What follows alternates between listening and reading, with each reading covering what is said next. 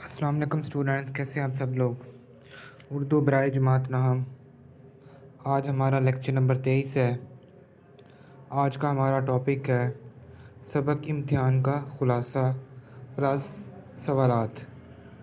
तो स्टूडेंट्स, खुलासा हम स्टार्ट करते हैं। मुसन्नफ़ कहते हैं कि लोग जो हैं वो इम्तिहान के नाम से घबराते हैं, यानी कि जब पे पेपर्स जो नज़दीक आने वाले होते हैं तो जो स्टूडेंट्स होते हैं वो बहुत ही ज़्यादा डिप्रेशन का शिकार हो जाते हैं। लेकिन मुझे उनके घबराने पर हंसी आती है। आखिर इम्तिहान ऐसी कौन सी परेशान कुन बात है। दो ही सूरतें होती हैं इम्तिहान में, बंदा फ़ेल होता है या फिर पास होता है। इस साल पास ना हुआ तो आइंदा साल सही। जो ही इम्तिहान के दिन करीब आते हैं मैं अपनी हम जमातों को देखता हूँ कि वो कमज़ोर हो जाते हैं, लेकिन मुझ पर इम्तिहान का ज़रा भर भी असर नहीं होता। मेरा तो दिल करता है कि तमाम उम्र इम्तिहान होते रहें, मगर पढ़ने की शर्त ना हो। मैंने 2 साल में ला क्लास का कोर्स मुकम्मल कर लिया। मैं शाम होते ही दोस्तों के साथ जो है वो सैर व तफरीह के लिए निकल जाता हूँ। वापसी के वक्त ला क्लास में भी झांका था। मुंशी साहब दोस्त थे, इसलिए हाज़िरी की परेशानी ना थी। वालिद साहब भी खुश थे कि बेटा बड़े शौक़ से कानून की तालीम हासिल कर रहा है।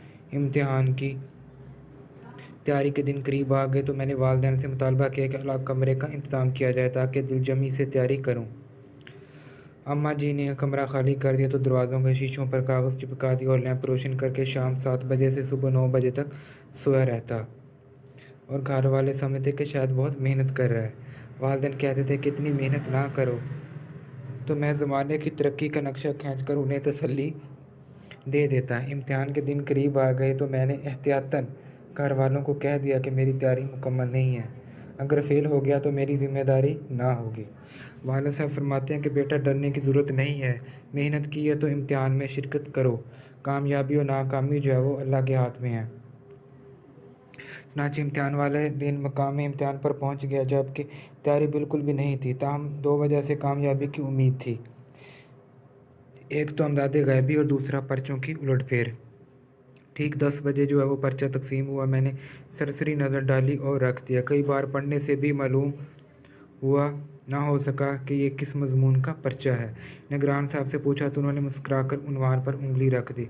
उस वक्त मुझे मालूम हुआ कि असूल कानून का पर्चा है, इसलिए उन्वान के मुतल्लिक़ जितनी बातें दिमाग में आई लिख डाली। मैंने इधर उधर पूछने की कोशिश तो की तो गार्ड साहब मेरे सर पर सवार हो रहे थे और कहते, जनाब अपने पर्चे पर नज़र रखिए। जब अमदाद गैबी की तवक्को ख़त्म हो गई तो मैंने गार्ड साहब से पूछने की कोशिश की और जब सवाल का जवाब पूछा तो मुस्कुराकर बोले, मुझे मालूम नहीं। ऐसी हालत में जब कि एक लफ्ज़ भी ना आता हो, 3 घंटे गुजारना बहुत मुश्किल काम था। मैं तो फ़ौरन बाहर आ जाता, लेकिन मसला ये था कि वालिद साहब ठीक 11 बजे सहन में आकर बैठ जाते और पर्चे के इख्तिताम तक बैठे रहते, इसलिए मजबूरन इम्तिहान के कमरे में बैठना पड़ता था। पर्चा ख़त्म होने पर वालिद साहब से पर्चे की सख्ती की शिकायत करता तो वो मेरा हौसला बढ़ाते कि कामयाब ज़रूर होगा। अलगर्ज इम्तिहान ख़त्म हुआ और उम्मीद नंबर और दुआ भी नाकाम हो गई। अब मुमतहनों के पास कोशिश की सूझी, यानी कि जो चेक करने वाले होते हैं, कोशिश की कि उनके पास जाया जाए। वालिद साहब सिफारशी रुका लेकर एक साहब के पास तशरीफ़ ले गए, लेकिन उन्होंने वालिद साहब को शर्मिंदा कर दिया। कुछ ही अरसे के बाद नताइज का ऐलान हो गया और मैं तमाम मज़ामीन में बुरी तरह फ़ेल हो गया और तमाम पर्चों में सिर्फ़ 2 नंबर मिले। वालिद साहब को बहुत दुख हुआ।